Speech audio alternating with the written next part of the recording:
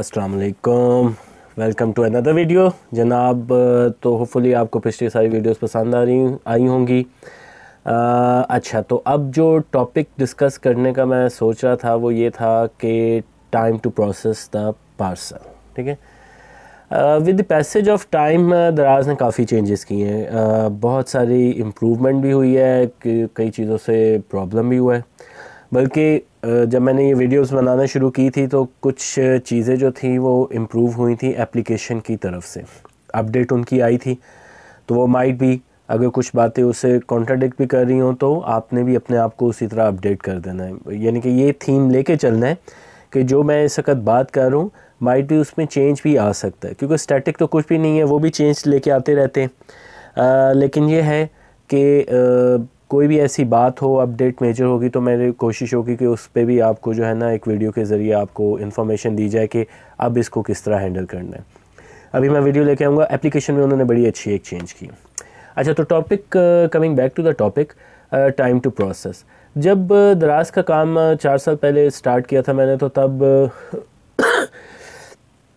तकरीबन 3 दिन मिल जाते थे उसे प्रोसेस करने में, काफ़ी रिलैक्सेशन थी।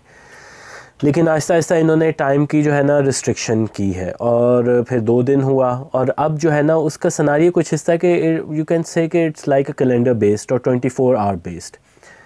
फॉर एग्ज़ाम्पल, अगर आपको रात को 11 बजे ऑर्डर आता है या 11:59 पे भी ऑर्डर आता है, तो आपको नेक्स्ट डे कि 24 आवर्स मिलेंगे टोटल। नेक्स्ट डे पे आपने उसको सबमिट कराना है, उसको सेलर सेंटर में जाके देना है ताकि वो आगे प्रोसेस करें।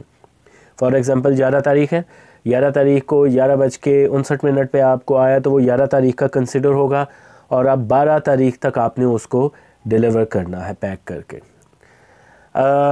अब सिनेरियो कुछ ऐसा है कि अगर आपको रात को 12 बजे के बाद आता है ऑर्डर, तो फिर आपको रात के 12 बजे के बाद आया तो 12 तारीख हो गई, तो फिर वो 13 तारीख तक आपको टाइम मिल जाएगा। यानी कि एक ऑर्डर आपको तकरीबन 24 आवर्स में पड़ रहा है, लेकिन एक order due to timing situation वो आपको तकरीबन 48 आवर्स तक भी पड़ रहा है। तो इसमें कुछ कैलेंडर बेस्ड भी है और कुछ आवर बेस्ड भी है, और स्पेसिफिक किस वक्त पड़ रहा होता है। तो ये चीज़ें आपने रखनी है। ये आप जब भी काम शुरू करेंगे तो आप उस वक्त आपको पता चल जाएगा, क्योंकि उसमें एक SLA टाइम आता है, वो आपको बता देते हैं, हर ऑर्डर के नीचे लिखा हुआ आता है। ख़ासतौर पे एप्लीकेशन में बड़े अच्छे तरीके से लिखा होता है, डेस्कटॉप वर्जन में भी होता है SLA टाइम। SLA टाइम में आपको पता चल जाता है कब तक आपने इसको सबमिट करवाना है। ठीक हो गया? तो ये बेसिक है, आपने टाइमली उसको करवाना है, अदरवाइज़ आपकी शिपिंग लेट होगी, आपको वार्निंग के साइन आएंगे कि आप जल्दी करवा दें, आप लेट हो गए हैं, और फिर आपको इस पे जो है ना काफ़ी लेट शिपिंग की वजह से आपकी रेटिंग भी डाउन होगी। तो इस चीज़ का आपने बड़ा ख्याल रखना है। जहन में ये चीज़ रखिएगा, लेज़ी ना होइएगा। वजह ये होता है कि कभी आपको एकदम कोई काम पड़ जाता है, ठीक है, नेट की प्रॉब्लम हो जाती है, ख़ासतौर पर लाहौर में बड़ी प्रॉब्लम हो जाती है। कोई इम्पोर्टेंट दिन आता है तो वो सबसे पहले नेट को हिट करते हैं, जाम हो जाते हैं सारी सर्विसेज। तो आप बिल्कुल जो है ना फारिग होकर बैठ जाते हैं, आपका दिन ज़ाया हो सकता है, 2 दिन हो सकता है, धरने हो जाते हैं, ये प्रॉब्लम सारी की सारी। तो जिस वक्त मौका मिले, ठीक है, बंदा लेज़ी हो जाता है, कहता है कि हाँ मैं इस वक्त कर लूँगा थोड़ा सा और बिल्कुल एंड पे जब शिपिंग करने, लेकिन जब ये आपको चीज़ तंग करती है तो फिर आपको मसला पड़ जाता है, और दराज जो है वो फिर आपको ऑफ कोर्स रिलैक्सेशन उस तरह नहीं मिलती, बनती भी नहीं है। एक रूल्स हैं उसके, तो उसको फॉलो करना है। तो आपने सबसे पहले इस चीज़ का ख्याल रखना है। फिर आपने उसकी रेडी टू शिप करना है, ठीक है। जब आपको ऑर्डर आया वो पेंडिंग में होगा, रेडी टू शिप करना है। रेडी टू शिप करने के बाद आपने उसके प्रिंटिंग करनी है, उसकी शिपिंग लेबल जो कि टॉप पे लगेगा या पॉकेट में जाएगा, और फिर उसके साथ आपने इनवॉइस करनी है। आजकल मैंने देखा, मैंने बाइंग पिछले दिनों की थी, तो इनवॉइस नहीं देते।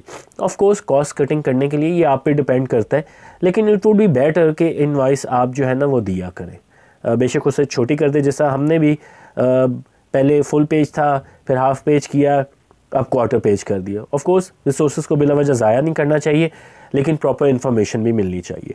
तो ये चीज़ें जो है ना बेसिक है, आपने प्रोसेसिंग टाइम को प्रोसेस अपने पार्सल को करने के लिए।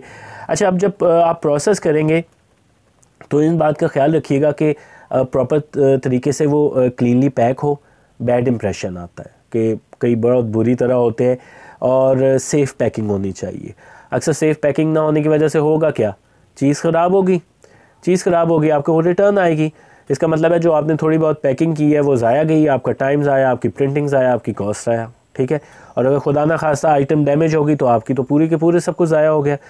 तो जहाँ पे ज़रूरत महसूस करें तो थोड़ी सी एक्स्ट्रा कर लिया करें, यानी कि आप ये खुद एक सेंस डेवलप कर लें कि कहाँ पे कॉस्ट कटिंग फेवरेबल है, कहाँ पे कॉस्ट कटिंग नहीं है। इन्वायरमेंटल मैटर को भी ज़हन में रखा करें कि बिला वजह ज़्यादा ना करें कि इन्वायरमेंटल इफ़ेक्ट भी आए, आपकी कॉस्ट भी बढ़े। ठीक हो गया। तो इन चीज़ों को आपने मद्देनज़र रखना है। और बस यही टाइम प्रोसेसिंग का इतना ही सा था। और इसमें मैं चेक कर लेता हूँ, मैंने पॉइंट्स लिखे हुए हैं। हाँ, एक चीज़ very much important, thanks God notes बनाने का ये फ़ायदा हो जाता है। आप जब ऑर्डर आपको आए ना, तो आप एक एक्सेल शीट में जो है ना वो लाजमी तौर पे एक लिस्ट बनाया करें कि ये एक ऑर्डर आया। अब मैं आपसे इन फ्यूचर वो भी शेयर करूँगा, उसके लिए एक अलहदा मैं आपको वीडियो बनाऊँगा कि मैं अपना रिकॉर्ड किस तरह मेंटेन करता हूँ। उस मेन रिकॉर्ड में एक और चीज़ बड़ी इंपॉर्टेंट है, वो चीज़ है कि आपने रिकॉर्ड रखना है कि जो ऑर्डर आपके पास आए, प्रोसेस हुए, फिर उसमें मेंशन करना है कि आपके पास किस तारीख को वो डिलीवर हो गए, दराज ने कब डिलीवर कर दिए कस्टमर को। अच्छा, उसमें मैं क्या करता हूँ, एक डेट होती है कि ऑर्डर कब आया, दूसरी डेट होती है कब डिलीवर हुआ, फिर एक और डेट मैं उसमें शामिल करता हूँ। 7 डेज़ का ये टाइम देता है दराज के आइटम अगर गई है कस्टमर के पास तो 7 दिनों के अंदर वो रिटर्न कर सकता है। तो वो मैं जब फाइनल उसका जो टाइम पीरियड रखता हूँ ना, वो 7 दिन उसमें ऐड करके एक और डेट बनाता हूँ। उसके बाद मुझे पता चल जाता है कि रिटर्न नहीं होनी, तो ये मेरी टोटल सेल कंसिडर होगी। ये चीज़ आप रखा करें। इसका बड़ा फ़ायदा ये है कि अगर दराज से कोई पार्सल लॉस्ट हो जाए, आगे पीछे हो जाए, किसी की ट्रैकिंग ना मिल रही हो, तो आप अपनी शीट से बड़ी क्विकली इसको एनालाइज कर सकते हैं। ठीक हो गया। आगे मैं अपने कस्टमर का भी मेंशन करता हूँ, कस्टमर नेम, उसकी लोकेशन, ताकि मुझे सारी चीज़ों की डिटेल जो है ना वो पता हो। आप आहिस्ता आहिस्ता जब मैं आपसे एक्सेल की शीट के बारे में बात करूंगा तो वो आपको सारी चीज़ें मैं बताऊंगा, जिसमें से आपको ये फ़ायदा होता जाएगा कि ट्रैकिंग, क्योंकि ट्रैकिंग बड़ी ज़रूरी है। फॉर एग्ज़ाम्पल अगर पार्सल लॉस्ट हो गया तो दराज आपको क्लेम देगा। दराज काफ़ी अच्छा है, लास्ट टाइम तक जब तक मैंने क्लेम लिया था काफ़ी क्विकली उसने दे दिया था। मेरे ख्याल में 1-2 बार ही हुआ था कि एक बार हुआ था शायद, उसने, वो भी मेरी लेजीनेस थी कि उसने क्लेम जो है ना एक्सेप्ट नहीं किया। अदरवाइज़ मैं क्लेम के बारे में भी जब वीडियो बनाऊंगा तो एक एग्जांपल ऐसी शो करूंगा कि क्लेम मेरा जेन्युइन था, लेकिन उसकी जो ग्राउंड्स थी ना, और ग्राउंड्स के अलावा उसके जो एविडेंस थे वो वीक थे, लेकिन स्टिल दराज ने उसको केटर किया और वो तकरीबन अराउंड 2000 के करीब उसकी कॉस्ट थी, लेकिन दराज ने उसको कवर किया। दैट्स वेरी मच नाइस कि वो सारा हो गया। तो ये चीज़ आपने लाजमी तौर पे बनानी है अपनी शीट, ताकि ट्रैकिंग हो सके, क्लेम कर सके, आपको टाइम का भी पता चलता रहे। क्योंकि होता ये है कि थोड़े से ऑर्डर होना फिर तो कोई मसले की बात नहीं है। अगर आपको ऑर्डर कम आ रहे हैं ड्यू टू एनी रीज़न, आपकी अभी शॉप भी बहुत स्टार्टिंग में है, वो तो ट्रैक हो जाते हैं। जब ऑर्डर आपको कम से कम भी डेली बेस पे 3, 4, 5, 6, 9, 10, 12 इससे जितने भी बढ़ते जाएंगे तो उनकी ट्रैकिंग करने के लिए सिर्फ दराज का वो मुश्किल हो जाता है। तो ये बात आपने याद रखनी है।